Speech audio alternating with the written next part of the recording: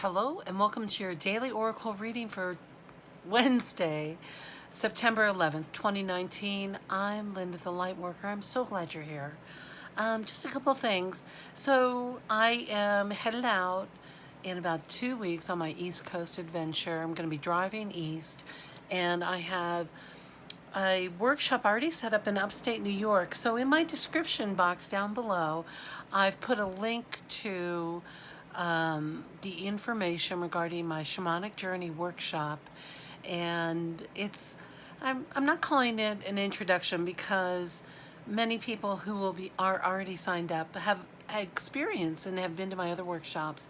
But if you're in the New York City area, if you want to have a great weekend away, book an Airbnb in Ithaca, New York. I'll be in the out surrounding areas in Richford, which is just a magical place, and I'll be with my soul family, and I'm looking forward to being there. So look down below in the descriptions. Now I'll also be having a lecture in New York City on the first weekend of October. And following that, I'll be doing a day of readings, personal readings, and possibly another workshop. We're still securing the location. So let me know if you're in the New York City area and if you're interested in attending.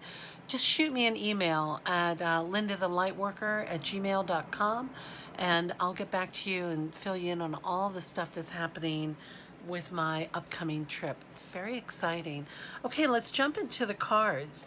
So our first card today is this Mother of Pentacles. I hope that comes up very clearly. Now, obviously, in this deck, the mother is a deer, a very sweet, kind, loving, nurturing female caring for her young there. Now, this card has a lot to do with nurturing, self-nurturing. Okay, so if you do have children, this is about you paying attention to them and giving your attention and nurturing energy to your children. But for those whose children are grown or are perhaps going through some personal challenges, we'll call them, either with health, finance, well-being, whatever, addiction, this Mother of Pentacles is an invitation for you to be your best mother for yourself. You being your best mother for you. So this is about nurturing yourself in the most positive way. Now, if you're dealing with addiction, perhaps you have a wonderful sponsor who may be female who can help you. Don't do that stuff alone. That's big stuff. But if you're working on your own personal growth, or if you're having trauma that's being relived, it is about you nurturing yourself, not feeding your fears. This is about the comforting of the mother, and most likely the mother you never had. Those of us who are empaths and who have divine bright light shining, often were not raised in an environment like that, and we needed to seek out from spirit or for other energies to really get that love that we need from inside. So I went to the energy oracle deck. I don't know why I always have to turn to look, but I know that this is the deck, and we got this beautiful healing. The message here, it says this is the healing, let me try again, door to personal healing and happiness. Now look at this magnificent card. We've had some open gates and we've known it's time to walk away from wherever we are.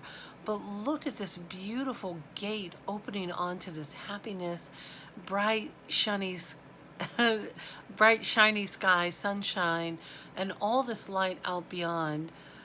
So for those of you who are a little nervous about taking this next step, especially if you're looking for a home, I know some of you are in transitional and in seeking for new living arrangements or new places in the country or your country, wherever you belong. This is about things are shifting and moving forward. Now, if you're satisfied with where you're living, this can be you opening that door within you and allowing more happiness to come in. How do you do that? I hear somebody say, well, how do I do that? Well, I think the fear, Spirit says, this is not your thinking. This is coming from direct source.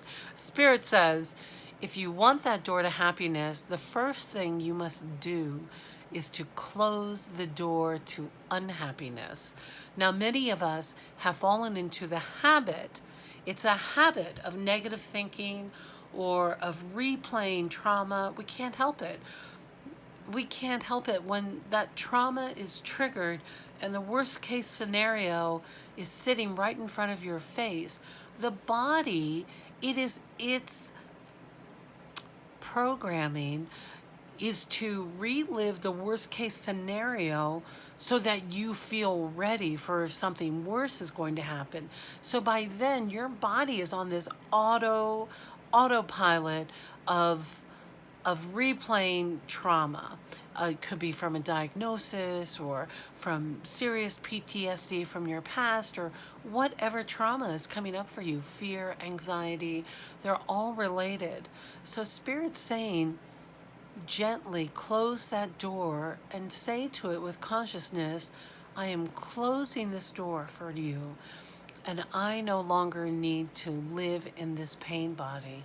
And then open the door for joy. I know it seems ridiculously simplistic, but Spirit says this stuff ain't hard. And Spirit says ain't. That's not my word. I never use that word. Anyway, so open the doors, throw open those doors, let the fresh air in, and go towards the light. Not like Carrie Ann and Poltergeist, but seriously, in the best possible way for you to feel your best. Embrace the goodness that's around you. So I went to my Divine Action card deck and I got the beautiful Appreciate Where You Are. Now, for those of you who are not in the best possible place, Spirit is saying it's not really about appreciating where you are.